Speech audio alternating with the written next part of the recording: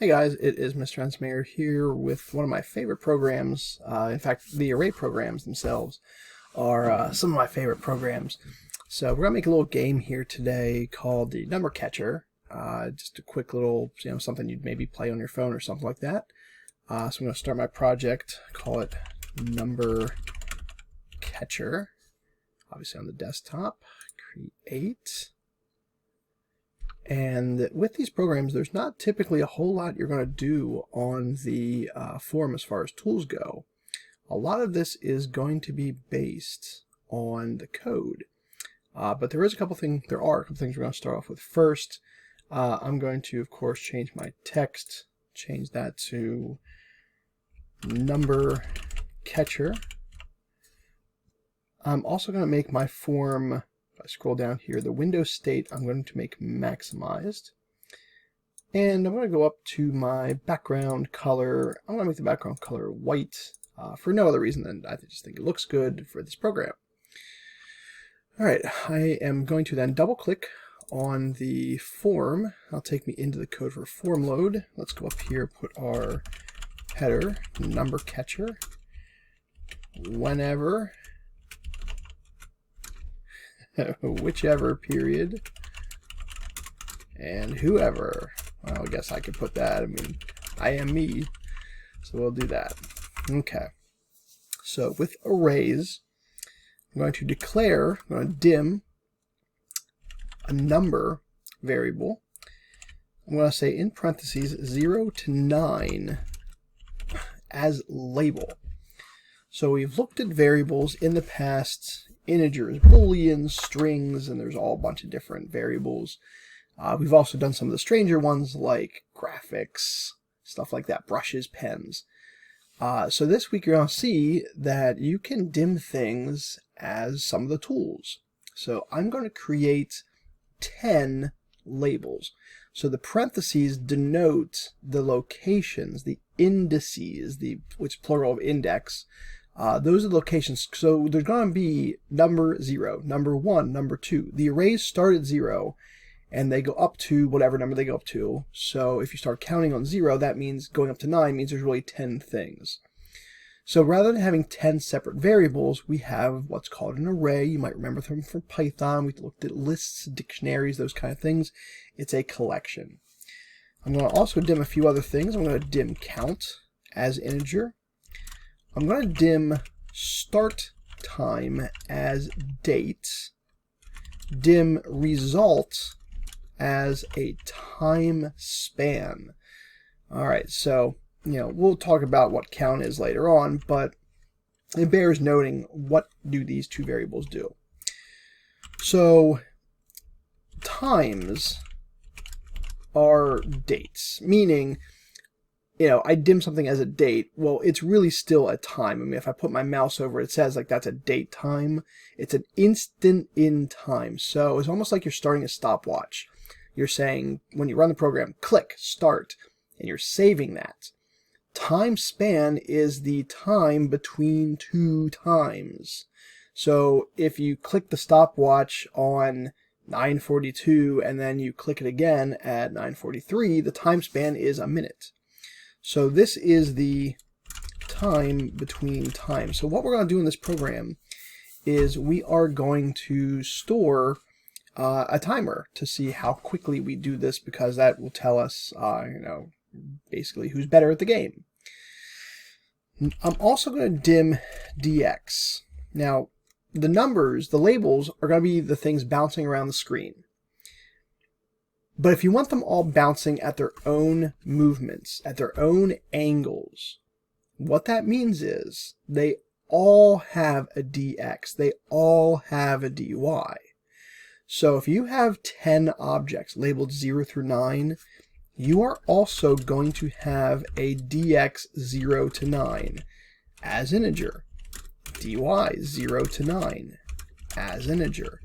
Again, because each of the 10 labels must have their own dy dx.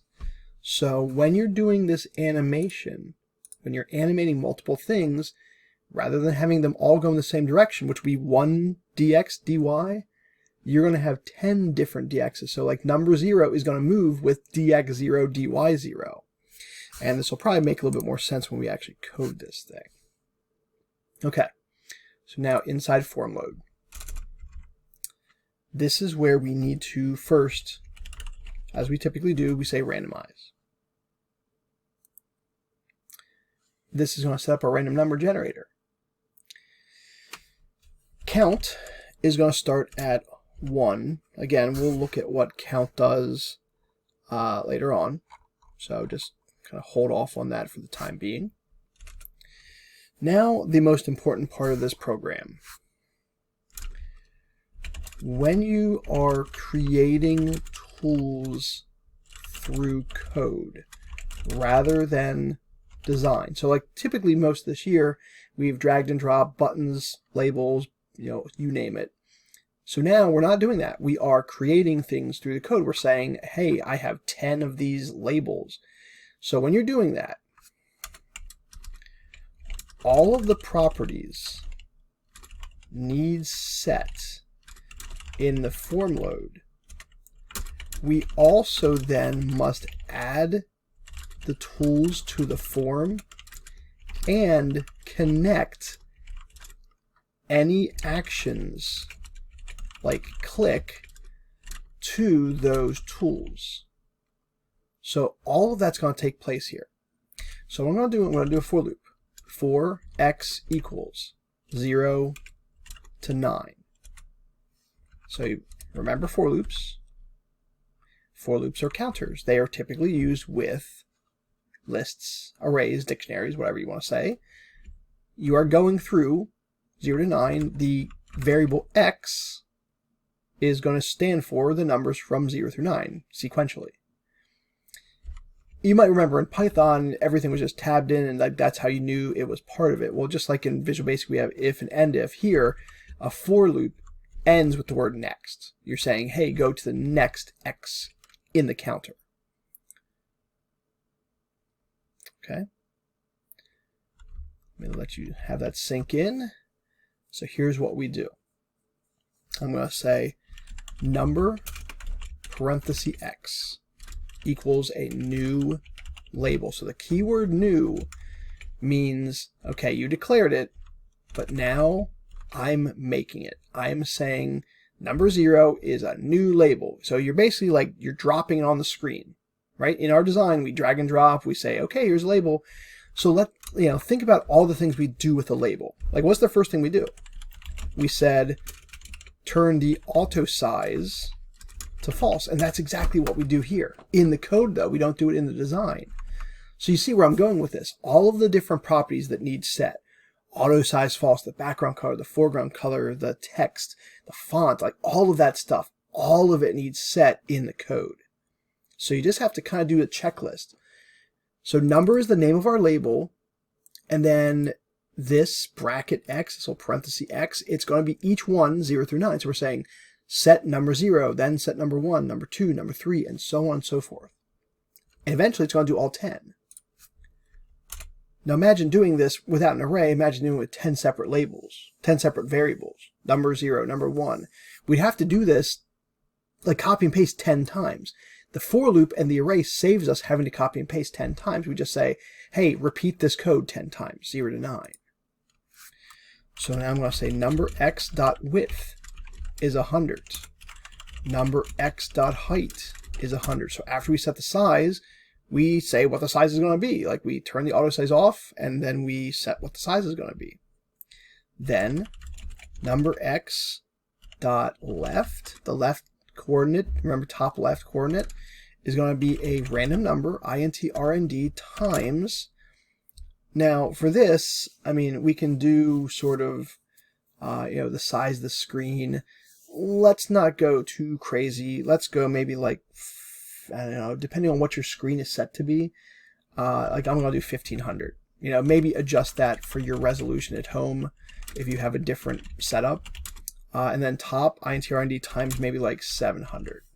Again, like if those numbers don't work for you for the width and the height of your screen, like if you have a smaller resolution, then go ahead and change them. There's no, really rhyme or reason why I chose those. It's just I didn't want to go off the screen. number x dot back color equals color dot black.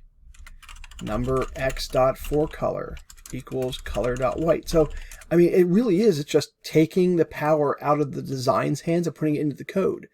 But, I mean, it's a little tedious because, like, all the things are just like click, click, click, click, click, click. Now you have to type them out. So, again, you have to sort of go through the checklist and say, oh, you know, I'm going to do all this stuff. Number x dot text equals x. Now, if I do this, what I'm saying is the text of each box is going to be its number. So like 0, 1, 2, 3, 4, 5, 6, 7, 8, 9. So 0 is sort of a weird number to start with because it's like, do you want to start on 1? Do you want to start on 0? So I'm going to put x plus 1 here, which is going to make my numbers go from 1 to 10 rather than 0 to 9. I mean, doesn't that make sense to do x plus 1? It's going to look better because people clearly know, like, oh, 1 to 10. Number x dot text alignment equals.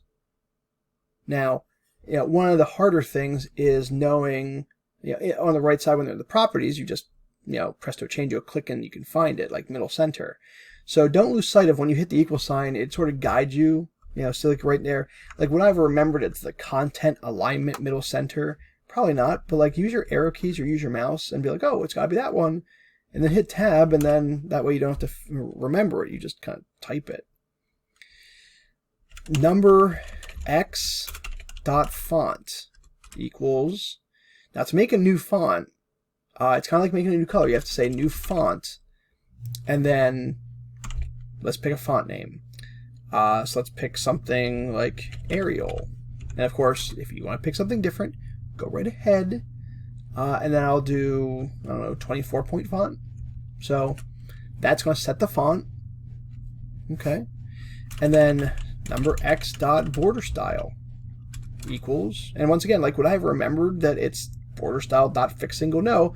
But when you hit equals, the computer's smart enough, the IntelliSense is good enough to know, like, oh, right there, fix single. Just use your arrow, go down to it. Okay. Now, after you have set all of the properties you like, you still need to add the tool to the form. So this next line is critical. You're going to say me, which is the form, remember, that's the pronoun that represents the form, me dot controls, which are tools, dot add parenthesis number bracket x, or I shouldn't say bracket, parenthesis. Okay, so just for the moment, let's see what we've got. I'm going to run the program, and what you should have is, wait for it, something like this. And of course it's random.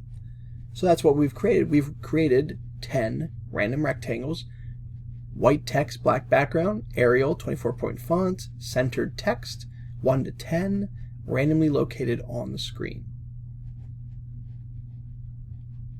Again, imagine how much work that would have been if we had, you know, 10 random numbers like that. I mean, it's a lot. All right, so let's keep going.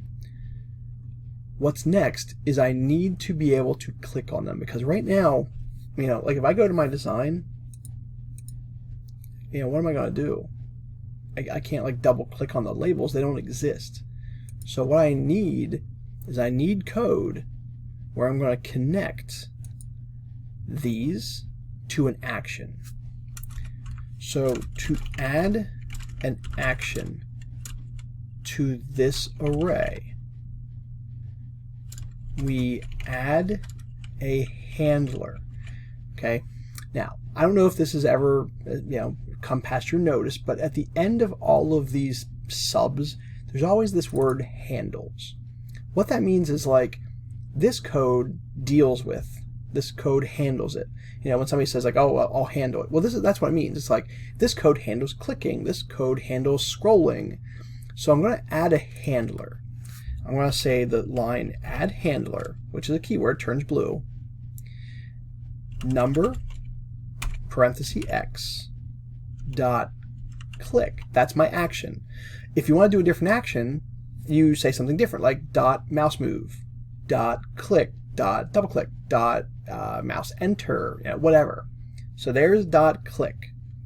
Then you say comma, and then we say address of, which again is a keyword. It's all one word. And then we give it our own name. It's kind of like a variable name, but it's an action name. So I'm going to call it number underscore click. Okay. Now, it's going to not like that because we haven't created it yet. But I promise you there's nothing wrong with it. We'll get to it here in a second. Okay. Let's keep going. So we're still inside form load. Inside form load, I need to set the original dx, dy of each object for x equals 0 to 9. Oops. 0 to 9. Hey, look, error space was installed. Good job. dx bracket x. So there's my variable dx. How many do I have? I have 10 of them. Is int rnd times 11 minus 5. Now, we've done random number ranges before. This is the lowest number in the list, -5. 11 is the range. So how many numbers above -5 is 11? Well, count. -5, -4, -3, including 0, it goes up to 5. So I'm making my speed go from -5 to 5, left to right. And I'm going to do the same thing, dyx, int rnd times 11 minus 5, which is also going to be from -5 to 5. Let me fix my spacing because that'll bother me if I don't. So that will set the original speeds of each of my 10 labels.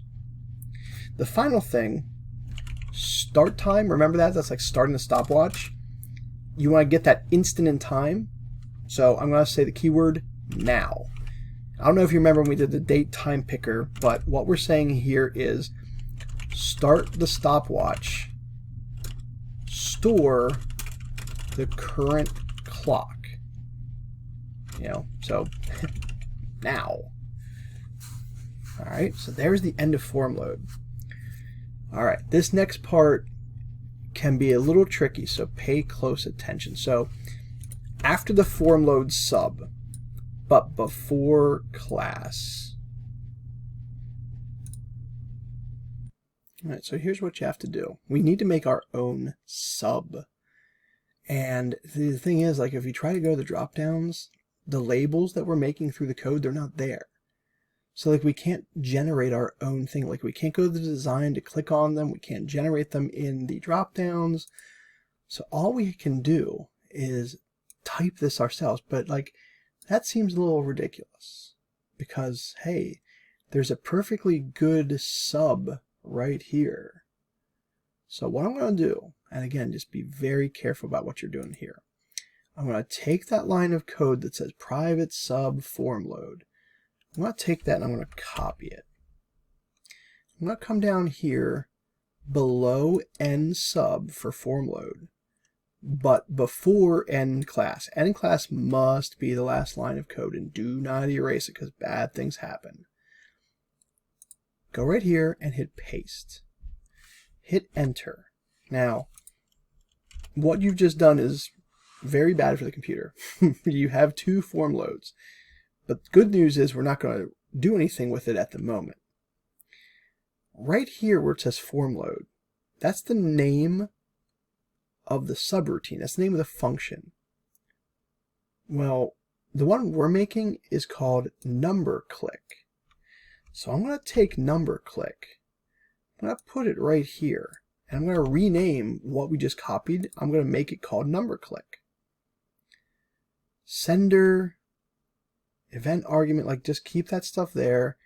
And then over here where it says what it handles, take that off. Highlight that and delete it. Because you've already said what it handles. it handles clicking. It's called number click. So truly, this name could have been anything. It's just I called it that because like that's what it is. Okay. So let me put a little note down here. To generate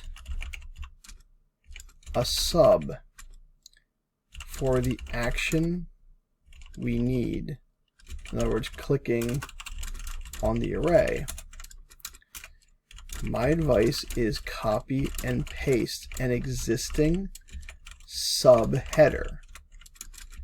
Change the name. Again, form load becomes number click, and erase the handles after the final parenthesis. So that's what we did. Now what goes in here? Well, this is the code for when we click on something. I want to make them disappear, but like, how do I know which one I clicked on? The sender keyword is the object you interacted with. So which one did you click on? Sender.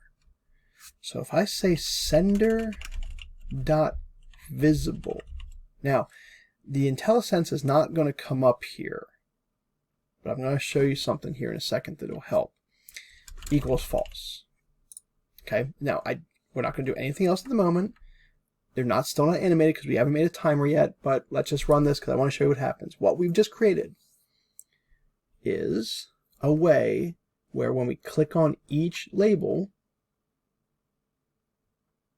I don't know why these are taking so slow, they disappear.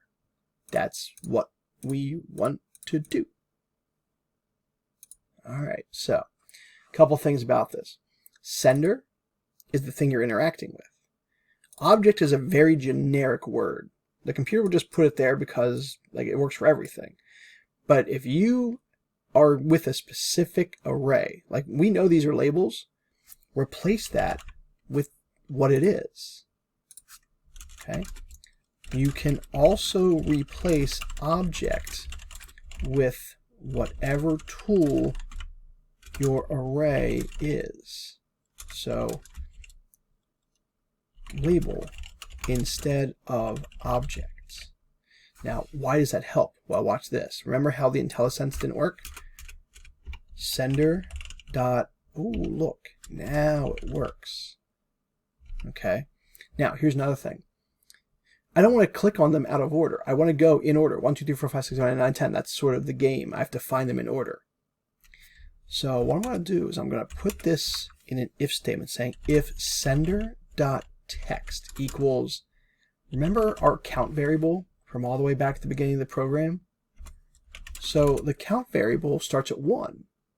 So if the label that we clicked on is 1, then turn it invisible and then count equals count plus 1, which will make us be able to click on 2 next, and then 3, and then 4, and so on. Pretty neat, huh? Alright, so what's left is getting these things to move. Now, we didn't do this yet. I'm going to go back to my design. I'm going to go up, make a timer. Okay. In the timer properties, we are going to say interval 1 enabled true, and then double click the timer, because as we know, the timer is where the animation takes place. Okay. Now we have that variable start time. Results equals now minus start time. So the result, which is the time span, is the difference between right now and then, when you first started the program. So every millisecond, this now is counting up while this is stationary. So the result is the time span between those two times. If I want to print that out as my score, well, again, let me go back to my design. I'm going to make a little label in the top left corner, And then let me change just real quickly. I'll do auto size false. I'll do a little border style single. I'll make the background color just something kind of sets it apart, like maybe silver. I'll do a text of nothing, and then I will center it. Okay, so watch this. If I go and I say label1.text equals result.total seconds, right? Watch this. There's the elapsed time in my program. Now, if I want to format that, format number, parenthesis, comma 2. So to do 2 decimal places rather than, like 6 or 7. And now, look at that. So it's a nice little quick way to make a timer in your program, which of course now, because of the way I have it, like I can't click on 3, click on 7. It has to go 1, 2, 3, 4, 5, 6. And this is just with stationary. So the final piece of this puzzle is I want to be able to animate these. So for x equals 0 to 9, number x dot left equals number x dot left plus dx x. Number x dot top equals number x dot top plus dy x. We've seen these 2 lines of code before, but we're doing it with 10 different things, hence the x. Now remember, x has nothing to do with the x coordinate here. X is just a counter. I mean, I could have just as easily used like I, j, k, n. It doesn't matter. You're saying for the left coordinate, add to the x. For the top, add to the y. This is going to animate everything. And so, we don't have any kind of bouncing yet, so let's just try this real quick. Just to see. There they go. There they all go. Now, of course, like I said, there's no bouncing. So the final piece of this is check the walls. If number x dot bottom is greater than me dot height, then dy x equals dy x times -1. So the way this works, if any label hits the bottom wall, reflect the dy. Make it go in the opposite direction. Multiplying something by -1 changes the sign, so instead of going positive y, it goes negative y, which is back up. The height of the screen. So let's just make sure, let's check and make sure, does anything bounce off the bottom? And of course, let me guess. All right, come on, 3, do your thing. Everything else went the wrong direction. Come on, buddy. There we go.